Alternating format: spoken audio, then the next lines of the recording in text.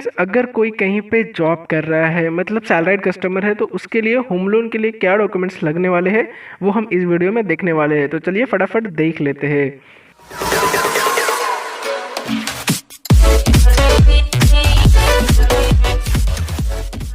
Basically तीन ही document लगते हैं। एक आपके केवाईसी लगते हैं, सैलरी स्लिप लगते हैं और स्टेटमेंट लगता है। सबसे पहले तो उनको केवाईसी देना पड़ेगा, जिसमें आपका पैन कार्ड, आधार कार्ड होना चाहिए।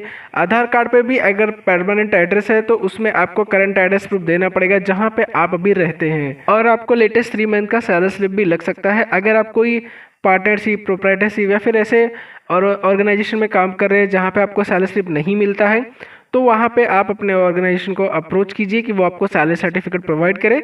वो इजीली मिल जाता है, वो मैनुअली बना के आपके कंपनी का स्टैम्प लगा के वहाँ पे दे देंगे आपको। इसके साथ ही आपको लेटेस्ट 6 महीने का बैंक स्टेटमेंट देना पड़ेगा, जिसमें आपको सैलरी क्रेडिट होती है। आपके पास फॉर्म 16 भी रहना जरूरी है। फॉर्म 16 भी लगते हैं। फॉर्म 16 आप अपने एम्प्लॉयर के पोर्टल से डाउनलोड कर लीजिए। अगर वहाँ पे आपको नहीं मिलता है तो आप अपने कंपनी को अप्रोच कर सकते हैं कि वो आपको फॉर्म 16 प्रोवाइड करें। अगर आपका कोई लोन वगैरह चल रहा है तो उसकी भी डिटेल आपको देनी पड़ सकती है।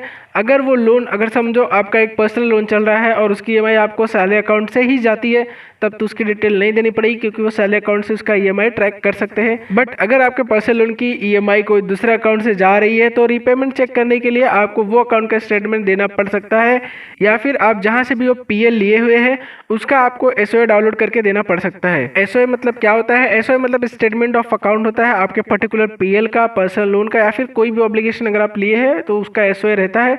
उससे ये पता चलता है कि आपकी ईएमआई कौन कौन से दिन प्रॉपर जा रही है कि नहीं जा रही है। तो एसओए से ये आसानी से पता लगाया जा सकता है आपका ट्रैक रिकॉर्ड कैसा है। जनरली बैंक आपका ओन कंट्रीब्यूशन भी चेक करती है कि आप जो अभी फ्लैट खरीद रहे हैं उसमें आप कितना कंट्रीब्यूट करने वाले हैं। फॉर एग्जांपल ले लो कि अगर बैंक 80% फंडिंग कर रही है और 20% आपका कंट्रीब्यूशन है, तो वो 20% फंड्स आपके पास कहाँ से आने वाले हैं वो भी बैंक चेक करती है। आपके पास पीएफ हो सकता है, एसआईपी हो सकता है, एफडी हो सकता है, म्यूचुअल फंड, या फिर कुछ भी आपका सेविंग वगैरह कहीं से कुछ भी हो सकता है। कभी कभी लोग नया कंपनी ज्वाइन करते हैं तो कंफ्यूज रहते हैं मुझे क्या क्या डॉक्यूमेंट्स लगेंगे। तो आपको प्रीवियस 2-3 महीने की सैलरी स्लिप और जो भी आपको स्टेटमेंट आए हुए हैं वो लगेंगे, प्लस आप नया कंपनी जो भी ज्वाइन कर रहे हो उसका आपको ऑफर लेटर देना पड़ेगा। लेकिन याद रखिए, आपका डिसबर्समेंट तभी होगा जब आपकी नई कंपनी में नया फर्स्ट सैलरी क्रेडिट हो जाएगी। उसका आपको सैलरी स्लिप और बैंकिंग क्रेडिट रिफ्लेक्शन देना पड़ेगा।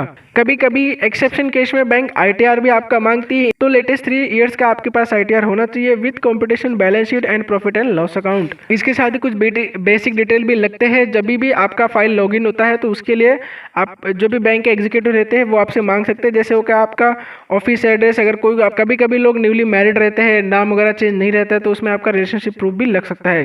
दोस्तों, अगर मैं एड्रेस प्रूफ की बात करूं तो उसमें आपका आधार कार्ड पे अगर आपका करंट रेसिडेंस प्रूफ अपडेट है तो वो भी चलेगा, पासपोर्ट चलेगा, ड्राइविंग लाइसेंस चलेगा, लाइट बिल चलेगा। अगर आप रेंट पे रहते हैं तो रेंट एग्रीमेंट बनवा लीजिए, रेंट एग्रीमेंट चाहिए रहेगा। अगर आप जहां पे रहते हैं उसका कोई भी एड्रेस प्रूफ आपके पास नहीं है तो जो भी कंपनी में आप काम करते हैं उनके लेटर हेड पे लिखवा लीजिए।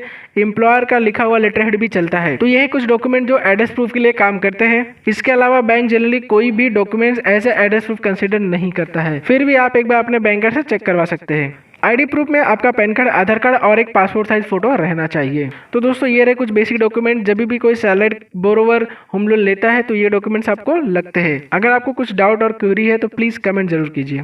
थैंक्स।